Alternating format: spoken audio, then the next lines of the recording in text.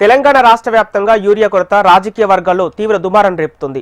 కేంద్ర ప్రభుత్వం నుంచి తెలంగాణకు రావాల్సిన వాటా రాకపోవడంతో యూరియా కొరత ఏర్పడిందని కాంగ్రెస్ నాయకులు అంటున్నారు. గత 10 ఏళ్లలో లేని యూరియా కొరత ఇప్పుడు ఎలా వచ్చిందని బీఆర్ఎస్ నాయకులు ప్రశ్నిస్తున్నారు. సొసైటీ రైతుల వద్ద బారులు తీరడం వెనుక కారణాలపై ముదిగొండ సొసైటీ చైర్మన్ యలగొండ స్వామితో మా ప్రతినిధి Kiran face to face.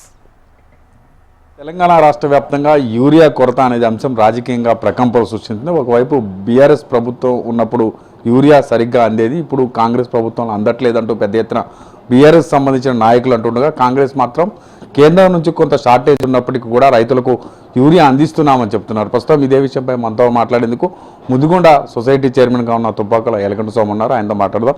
Sir చెప్పండి, అసలు స్థానికంగా సొసైటీల దగ్గర యూరియా కొరత ఎక్కువగా కనపడినట్టు తెలుస్తుంది. రాజకీయంగా కూడా చాలా విభేదాలు వస్తున్నాయి. దీనివల్ల అసలు ఏం జరుగుతుంది? రైతులకు యూరియా అందుతుందా లేదా? ఎందువల్ల యూరియాకి ఇంత కొరత ఏర్పడింది అనుకుంటున్నారు? తెలంగాణ రాష్ట్రంలో అత్యధికంగా మనం పంటలు ఎక్కువగా పండిస్తున్నాం.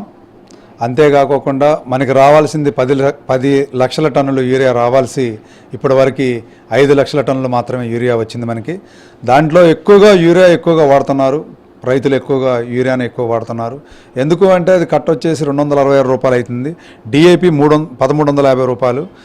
ఇప్పుడు ఆ యూరియా కట్టలు అనేది మ్యాక్సిమం ఒక డిఏపి కట్టగా కొనే బదులు 4 కట్టలు యూరియా వస్తుందన్న ఉద్దేశంతో రైతులు ఎక్కువగా యూరియా మీద యాక్సెప్ట్ చేస్తున్నారు. కాబట్టి తెలంగాణ రాష్ట్రమే కాదు, కేంద్ర ప్రభుత్వం పరిపాలించే 4-5 రాష్ట్రాల్లో కూడా యూరియా కొరత ఉన్నది. దాన్ని వాళ్ళు అంటించుకోవట్లేదు, దాని గురించి చెప్పుకోవట్లేదు. బీఆర్ఎస్ ప్రభుత్వం ఉన్నప్పుడు కూడా అప్పుడు కూడా చెప్పులు కూడా పెట్టారు, ప్రతి సొసైటీ ముందు కూడా చెప్పులు పెట్టి వాళ్ళు కూడా తిరిగారు. అప్పుడు కూడా యూరియా అందలేదు. సరే, మధ్యలో ఏంటంటే ఆ రోజుల్లో కొద్దిగా పంటలు తక్కువ, నీటి సౌకర్యం అంటే వర్షాలు సరిగ్గా పడక పంటలు కూడా రైతులు ఎక్కువ వేయలేదు. ఇప్పుడు ఎందుకో కాంగ్రెస్ ప్రభుత్వం వచ్చిన కాడి నుంచి వర్షాలు ఎక్కువగా పడటం వల్ల పంటలు ఎక్కువగా రైతులు పండించుతున్నారు. దానివల్ల మనకి యూరియా కొరత అనేది ఏర్పడదనేది మాట నిజమే. అది అయినా సరే మన వ్యవసాయ శాఖ మంత్రివర్యులు తుమ్మల నాగేశ్వరరావు గారు దాని మీద పట్టుబట్టి ముఖ్యమంత్రి గారితో మాట్లాడి, అట్లాగే ఢిల్లీ వెళ్ళి కేంద్ర మంత్రుల మీద ఒత్తిడి తీసుకొచ్చేసి యూరియా తీసుకురావడం జరిగింది.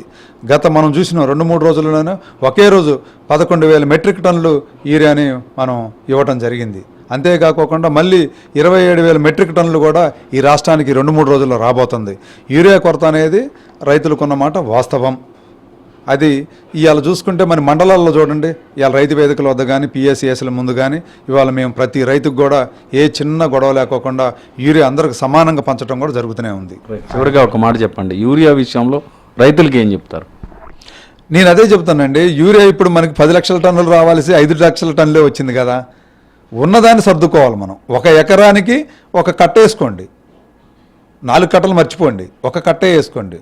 యూరియా ఖచ్చితంగా దానివల్ల మనకి బాగానే ఉంటుంది. ఇప్పుడు వరి ఏంటంటే 100% కింద వాటర్ ఉంటుంది కాబట్టి చల్లిన యూరియా బ్రహ్మాండంగా ఏపుగా వస్తుంది. ఇప్పుడు పత్తి పంటలు ఉన్నాయి, ఇప్పుడు మెట్ట పంటలు ఉన్నాయి. మెట్ట పంటలకి ఏంటంటే 100% మీరు నానో యూరియా వాడండి.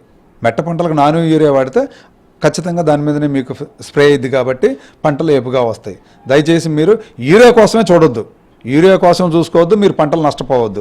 నానో యూరియా మనకి అన్ని ఫెర్టిలైజర్ షాప్లో దొరుకుతున్నాయి, మీరు తీసుకొని నానో యూరియా వాడాలని నేను రైతులకు నా యొక్క విజ్ఞప్తి.